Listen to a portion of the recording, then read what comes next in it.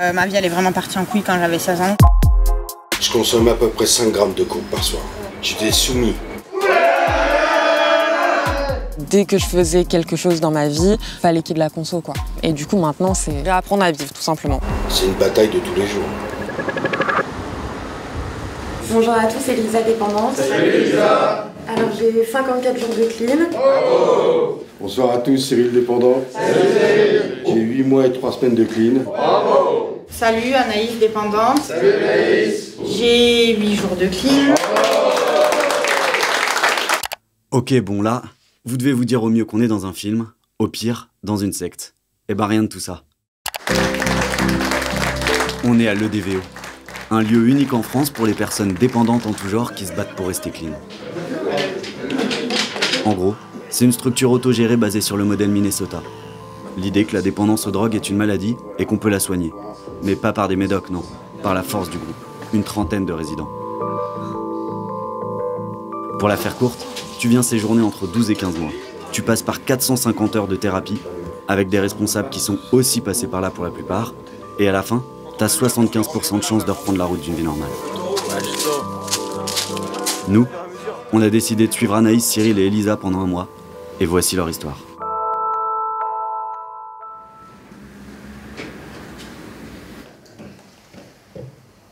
J'ai hyper peur de vous parler.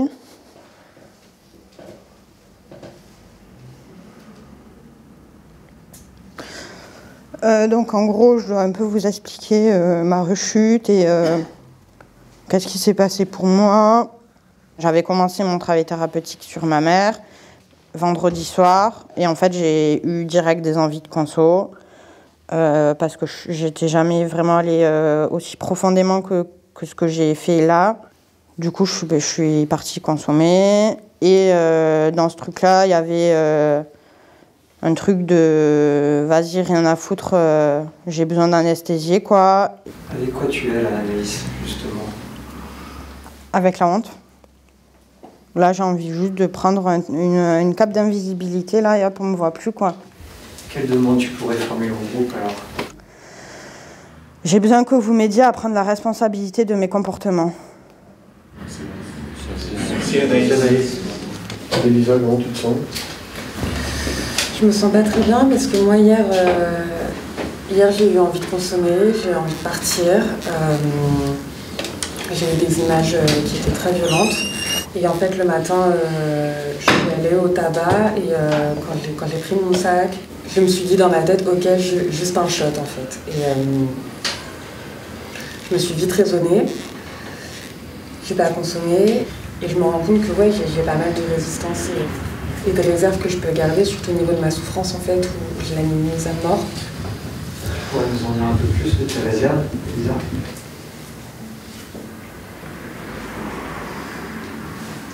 En fait, j'ai énormément peur de me donner ici, de donner ma confiance et de me montrer vulnérable, de me laisser aller totalement.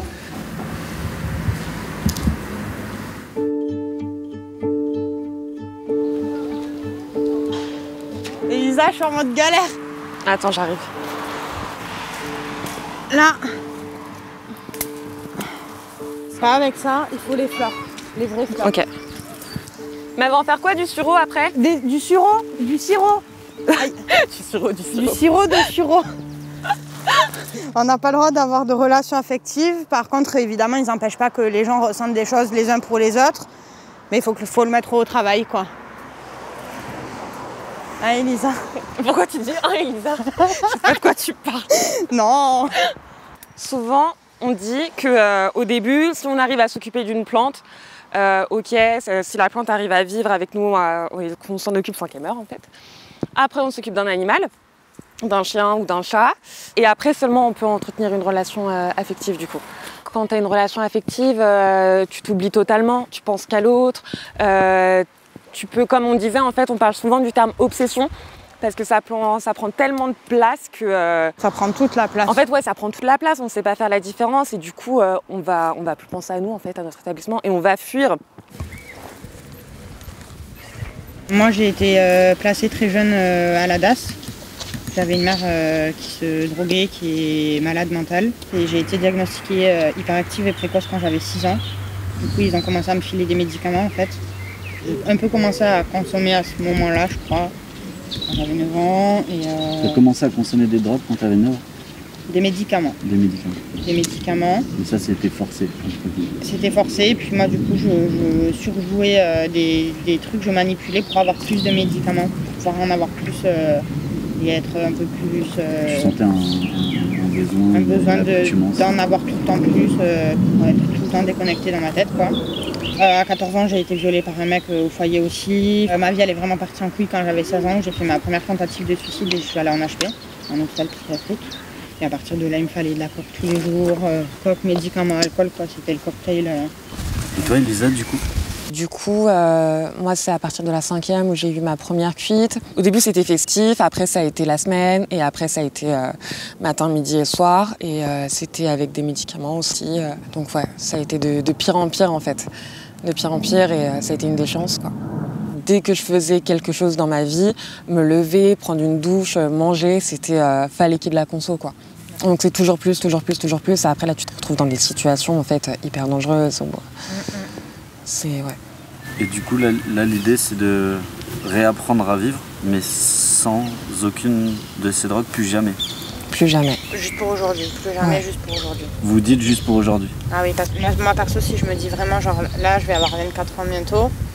Si là je me dis plus jamais, ah non, j'y vais, là j'y vais. J'y cours. Okay. Ouais, je cours. Il faut que chaque jour, c'est une vérité de chaque jour. En fait. Ouais, c'est juste pour aujourd'hui. Parfois on dit juste pour 1 heure. Ouais. Juste pour 10 minutes, ok.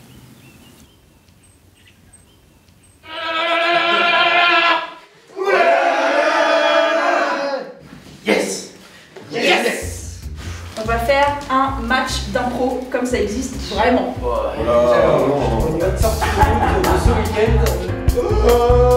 Tu ne les entendras jamais brailler.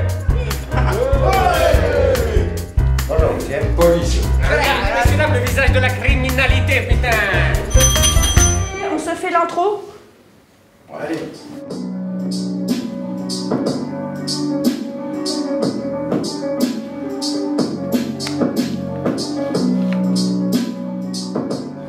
C'est vraiment la première fois de ma vie où j'ai 9 mois, 1 semaine de clim et du vrai clim. De la vraie abstinence.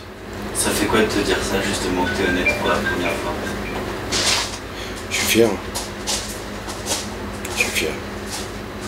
C'est pas facile tous les jours. Des fois, je me couche le soir, je me dis putain, merde. Envoyer tout balader, aller refaire une dernière fête, allez, une dernière. Et nous, non, ça marche pas comme ça. Moi, je sais pas faire la balance, quoi. C'est soit tout, soit rien. Si je commence, je m'arrête pas. Ou alors je finis dans la rue ou à la morgue, quoi. Et j'utilise toujours ce terme-là. J'étais soumis face au produit. C'est vraiment elle qui prenait toute la place, quoi. Et je m'en oubliais, j'en oubliais mes proches, mes enfants. J'ai tout lâché pour elle, quoi. Pour cette putain de merde de couple, quoi. Et je voyais rien. Ma vie est passée à 200 à l'heure. J'ai rien vécu à part des fêtes. Ouais, faire la fête, ouais. Ça, pour faire la fête, oui, je fais la fête, mais... Qu'est-ce que j'ai vraiment, réellement vécu? Rien. Mais, même si je suis abstinent, j'ai toujours ce petit côté jouer avec la mort. Qui est là. Qui est toujours là. Je sais que j'ai toujours cette épée Damoclès sur la tête, où il me faut un rien du tout pour que j'aille reconsommer. C'est pour ça qu'on dit 24 heures à la fois. C'est une bataille de tous les jours.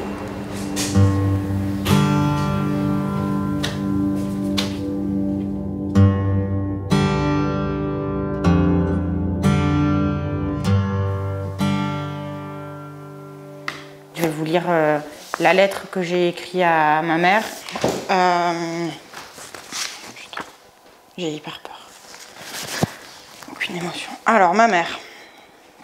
Je te reproche et je suis en colère contre toi d'avoir fait des enfants alors que tu n'étais pas capable de t'en occuper, de ne pas avoir été au bout de l'avortement et d'avoir pris de la drogue pendant que tu étais enceinte de moi, de ne pas m'avoir protégée ni aimée comme une vraie mère l'aurait fait, d'avoir voulu m'ébouillanter, de m'avoir pissé sur les pieds, de m'avoir laissé dormir la tête dans une assiette d'œufs, laisser me brûler avec le lait dans mon biberon, de me frapper à chaque fois que je bougeais trop à ton goût, que je parlais, que je riais, que je pleurais, que tu te battais avec des gens devant moi, des voisins, dans la rue, dans les magasins, que tu as essayé de me faire fumer des clopes quand j'avais 3 ans. J'ai du chagrin de connaître seulement la violence avec toi et de m'en faire toute seule. Désolée. J'ai du chagrin de connaître seulement la violence avec toi et de m'en faire toute seule moi-même parce que je connais que ça. De pas connaître ce que c'est d'avoir quelqu'un qu'on appelle maman. Je suis en colère parce que je t'aimais bien et qu'à chaque fois que je cherchais un câlin, un contact physique, tu me poussais comme si j'étais un truc crade, dégueulasse qu'il faut surtout pas toucher. Je me suis sentie abandonnée, en danger, rejetée, détestée, humiliée. Et maintenant, j'ai peur de tout ça avec les autres. Voilà. Merci Anaïs. Merci Anaïs. Bravo. Bravo, tu l'as fait, ma biche. T'es pleine d'émotions, là, les renie pas, vilain. C'est ça qui te fera avancer. Et ouais, moi je t'encourage à refaire encore le plus de mini-groupes possible avec, si c'est trop dur ou trop long en groupe, pour vraiment exorciser le truc et aller jusqu'au bout, quoi. Bon, franchement, je te tire mon chapeau. Je sais pas si à un moment donné, dans mon rétable, je vais réussir à faire le taf que tu as fait là. Moi, tout ce que j'ai envie là, c'est de prendre soin de toi, faire attention à toi, vraiment. T'es une fille forte, à ton âge, tout ce que tu as vécu. T'es une survivante. Tu te rends compte de ça? Souffle virtuel. Dans les yeux. Pas dissocié. Dans les yeux.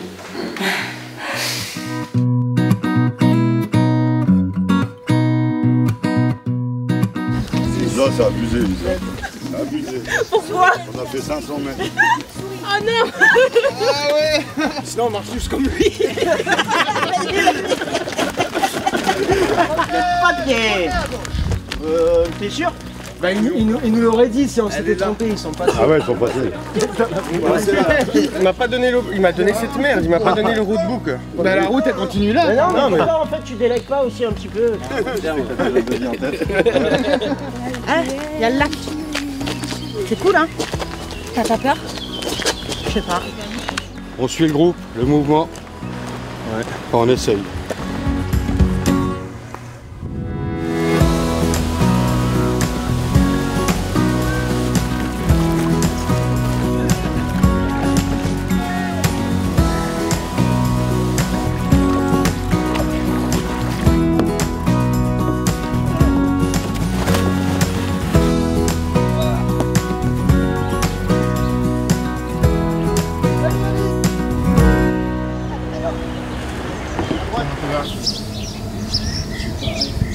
On se sent vivant en fait. Ouais, c'est ça en fait. On se sent vivant, c'est ouf. De ouf.